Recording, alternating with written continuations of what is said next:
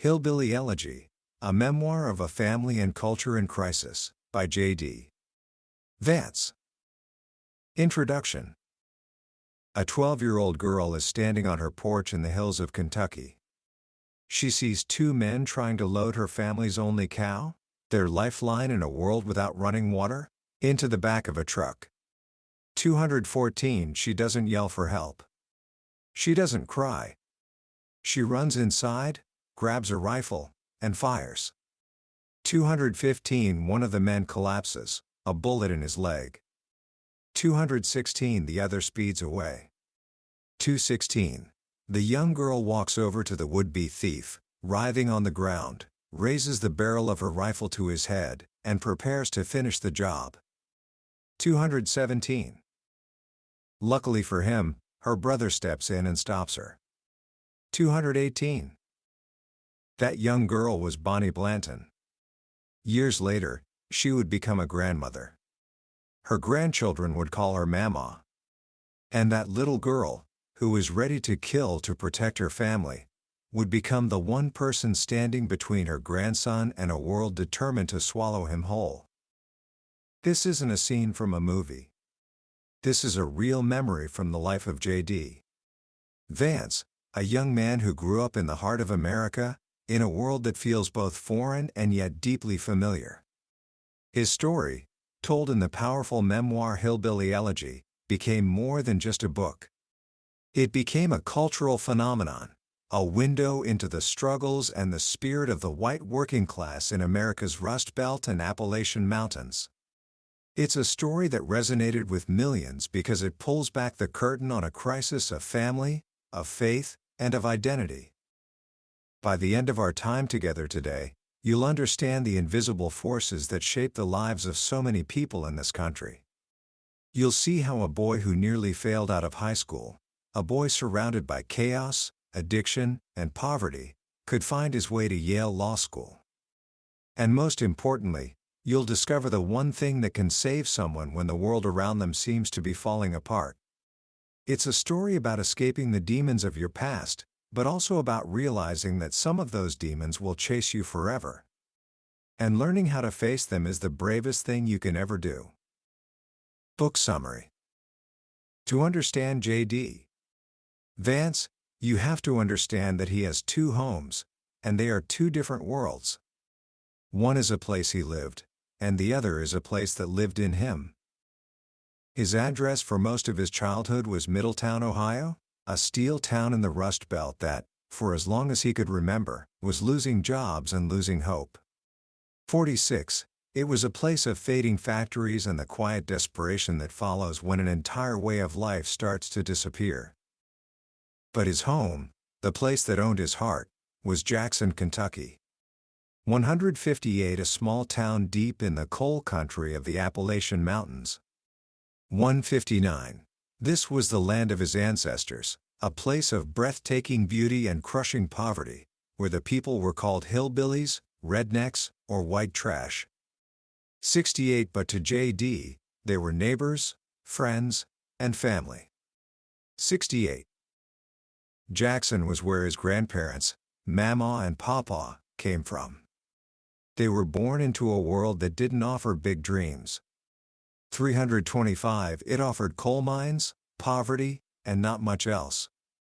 355, 356. They were part of a great migration, a river of people flowing north along what became known as the Hillbilly Highway. 392. They left the hills of Kentucky in the late 1940s, seeking a better life in the booming steel mills of Ohio. 166, 380. They were chasing the American dream, and in some ways, they found it. Pawpaw got a good job at a steel company called Armco, earning a wage that was almost unthinkable back home. 380, 539.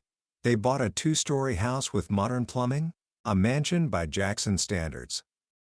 541. But they never truly escaped. They brought the culture of the hills with them, a culture of fierce loyalty, intense honor, and a quick temper. This was the world of the Scots-Irish, a people who, as J.D. describes them, don't like outsiders and don't back down from a fight. 71. It's a culture that will defend a sister's honor with violence and settle disputes without ever needing to call the law. 245. This was the world of Mamaw's brothers, the Blanton men. There was Uncle Pet, a successful businessman with a charm that masked a terrifying temper. 201, 203, 204. Once, when a truck driver insulted his mother, Uncle Pet pulled the man from his truck, beat him unconscious, and ran an electric saw up and down his body, just to make a point. 205, 206. The man survived, and never pressed charges. 205. He understood what it meant to insult a man's mother. 207. Then there was Uncle T-Berry, who once forced a boy at knife point to eat a pair of Mamaw's underwear for making a crude comment about her. 242. These weren't just stories to a young J.D., they were tales of good versus evil, where his family were the enforcers of justice. 244, 246. They made him feel like hillbilly royalty. 244. And at the center of this universe was Mamaw, his grandmother. A woman so tough that decades later, a Marine Corps recruiter would tell J.D. that boot camp would be easier than living at home with her. 350. She was a pistol-packing, foul-mouthed, chain-smoking force of nature who loved her family with a ferocity that could be terrifying. 972. But the new life in Ohio, away from the tight-knit family structures of the mountains, was harder than they expected. Mamaw and Pawpaw were newlyweds and new parents, but they were isolated. 443, 444. They didn't have anyone to teach them how to be married, how to raise children in this new world of privacy and nuclear families. 443, 444. And so, their marriage, which had begun with so much hope, descended into chaos. Papa became a violent alcoholic. 572. Some days, he'd come home from work, park his car carefully, and they'd have dinner like a normal family. 562 other days, he'd come home drunk, and JD's young mother and aunt would run and hide, bracing for a long night of fighting. 565. 566. One Christmas Eve, he threw the family Christmas tree out the back door in a drunken rage. 568. 569. Mamaw, however, was a violent non-drunk. 573. She fought back. When Pawpaw passed out on the couch, she'd cut his pants so they'd burst at the seams the next day. 575. She'd hide his wallet in the oven. 576. She declared a covert war, dedicated to making his drunken life a living hell. 574, 579. After one particularly bad night, she told him that if he ever came home drunk again, she would kill him. 584. A week later, he came home drunk and fell asleep on the couch. 585. Mamaw, true to her word, retrieved a can of gasoline, poured it all over her husband, lit a match, and dropped it on his chest. 586, 587. Their 11-year-old daughter jumped into action and saved his life. 588. This was the legacy that JD's mother, Bev, inherited. A world of love and violence, loyalty and chaos, all mixed into one explosive package. She was the salutatorian of her high school class, the smartest person everyone knew. 882, 896, but she got pregnant at 18, just before graduation, and her dreams of college had to wait. 627. She learned the lessons of her childhood all too well. 629. She was 19 years old with a baby girl, JD's sister, Lindsay, no degree, and no husband. 631. And into this world, JD. Vance was born. For a young boy, this life was a masterclass in navigation. He learned how to survive the revolving door of father figures his mother brought into their home. 1273. There was Steve, with his midlife crisis earring. 188. There was Chip, an alcoholic police officer who saw the earring as a sign of girliness. 189. There was Ken, an odd man who proposed to his mother 3 days after they met. 190. JD became a chameleon, changing himself to please each new man, pretending to like what they liked, all the while knowing they wouldn't be around for long. 191. This constant instability created a feeling that he was living among landmines, one wrong step, and kaboom. 1015. Fights between his mother and her latest husband would keep him up at night, the sound of screaming, stomping, and shattering glass a constant soundtrack to his childhood. 1004. He'd wake up tired and depressed, unable to focus at school, his heart sinking as the final bell of the day approached, knowing what awaited him at home. 1006. 1009. He began to suffer from severe stomach aches and headaches, what psychologists call somatic complaints, the physical manifestation of deep emotional trauma. 1019. 1021. Home was not a place of peace, it was a place to be survived. The chaos reached its peak one afternoon when J.D.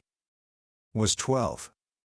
After an argument on the highway, his mother began speeding up to 100 miles an hour, screaming that she was going to crash the car and kill them both. 1080. 1081. Terrified, J.D. jumped into the back seat.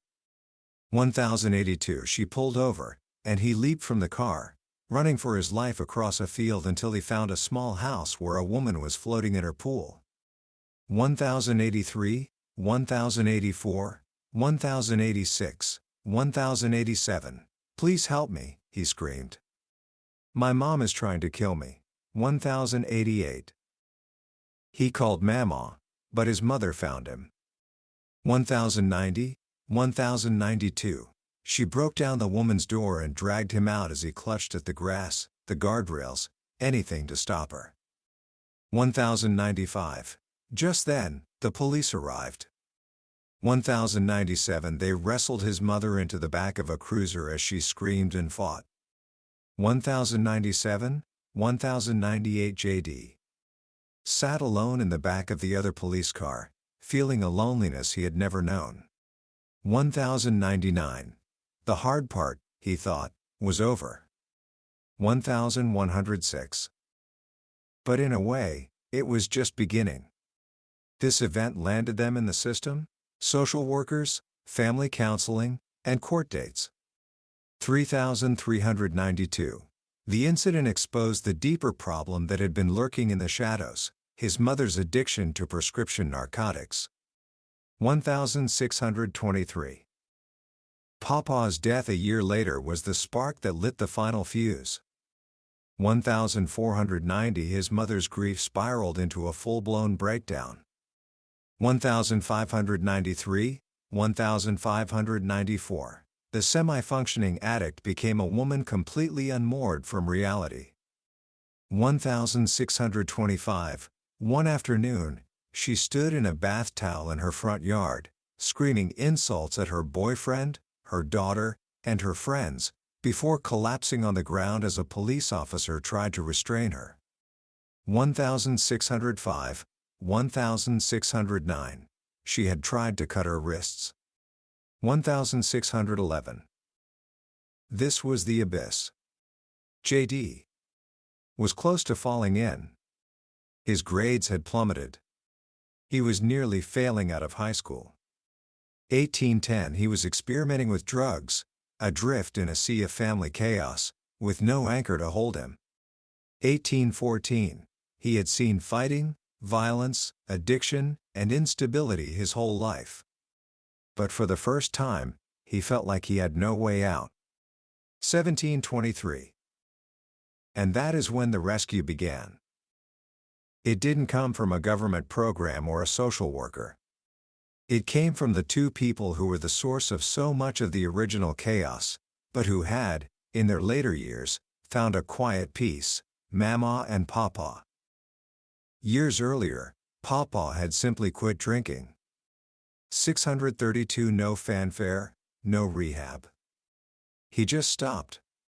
633 He and Mamaw separated but remained inseparable, spending nearly every waking hour together. 633 They became the stability J.D. so desperately needed. Pawpaw was the father figure who never left. He was the one who, when J.D. came home in tears after a first-grade classmate knew multiplication and he didn't, sat down with him and taught him not just multiplication, but division too.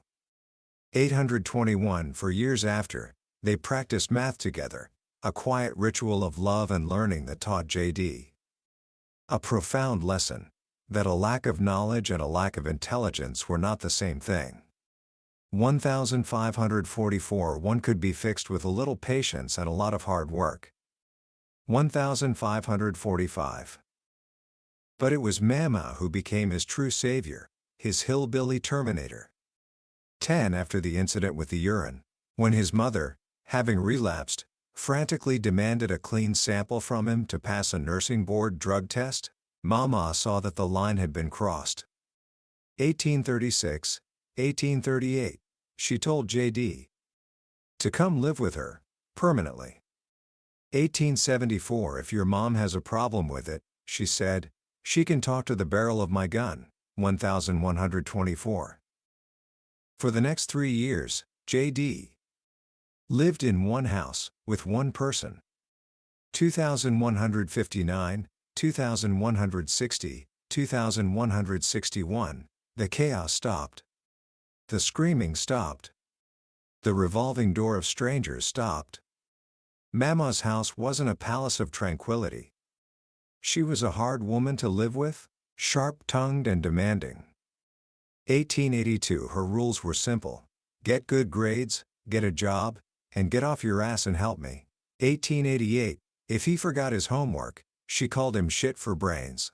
1884 If he didn't take out the garbage, he was a lazy piece of shit. 1883 But beneath the gruff, profane exterior was a deep, unwavering belief in him.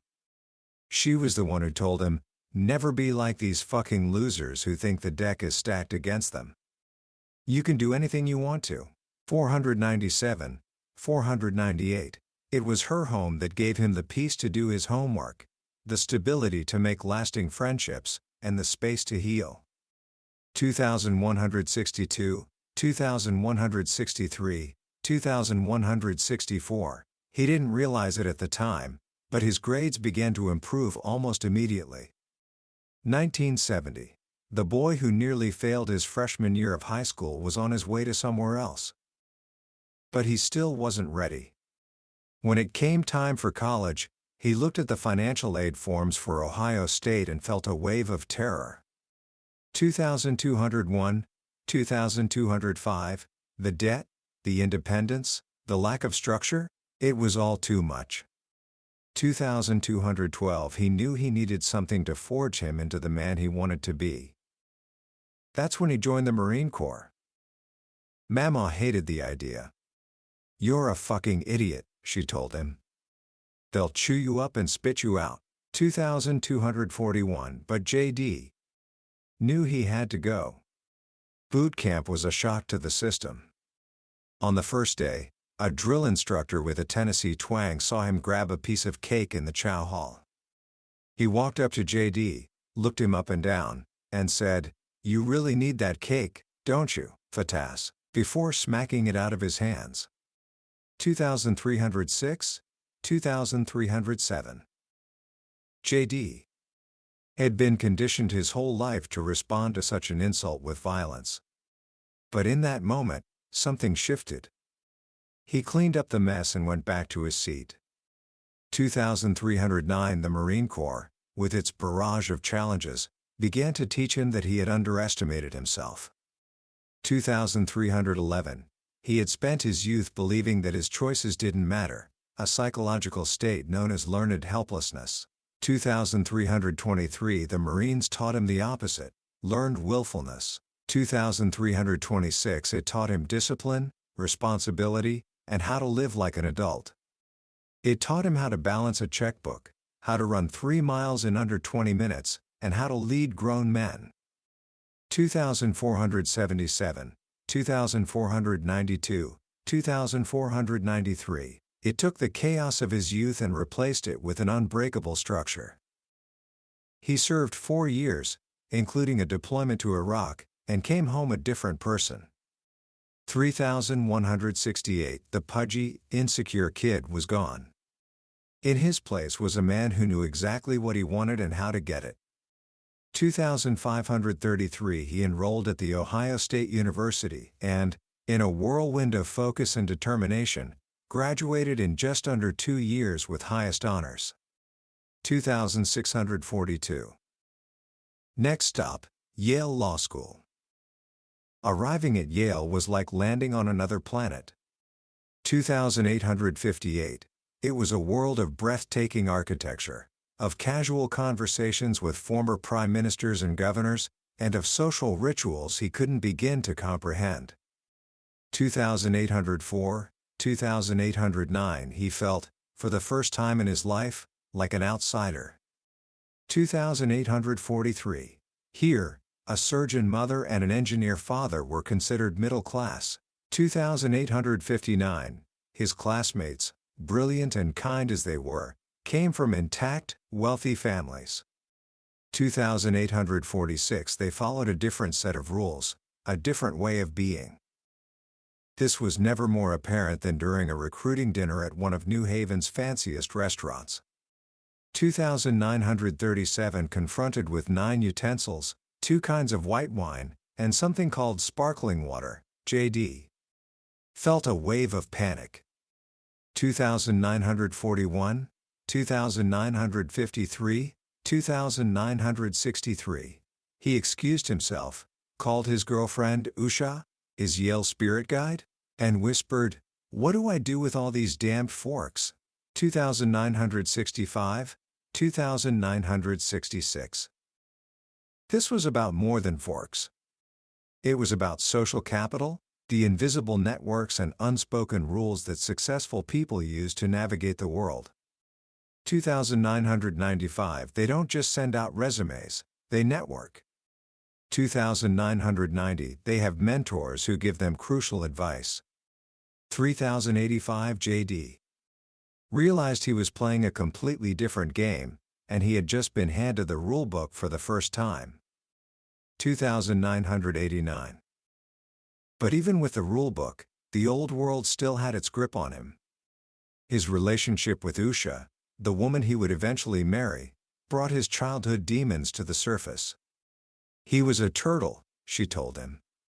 3116. Whenever conflict arose, he would withdraw into his shell, unable to communicate, able only to scream or run away, the 2 tools his childhood had given him. 3117, 3119. He was terrified he was becoming his mother. 3125. This terror forced him to confront his past in a new way.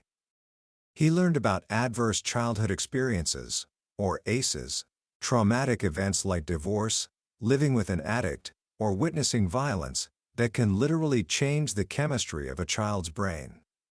3158, 3173. He learned that the fight-or-flight response that had been essential for his survival as a kid was now a destructive force in his adult life. 3178. He was hardwired for conflict, even when there was no conflict to be had. 3184. He began to see his mother not as a villain, but as a victim of her own traumatic childhood, a woman who had lost the same game of statistics that he had somehow managed to win. 3246, 3248. This understanding didn't magically solve everything. Upward mobility, he discovered, is never a clean break. 3303. A few years after graduating from law school, with a great job and a happy marriage, he found himself at a sleazy roadside motel in Middletown at midnight. 3299, 3282. His mother was using again, homeless after being kicked out by her fifth husband. 3,304 JD. Was there to pay for a room, to keep her off the streets.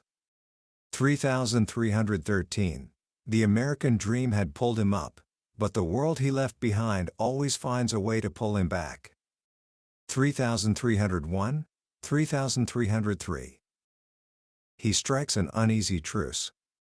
He helps when he can, but he also recognizes his own limitations, his need to protect the new, stable life he has built.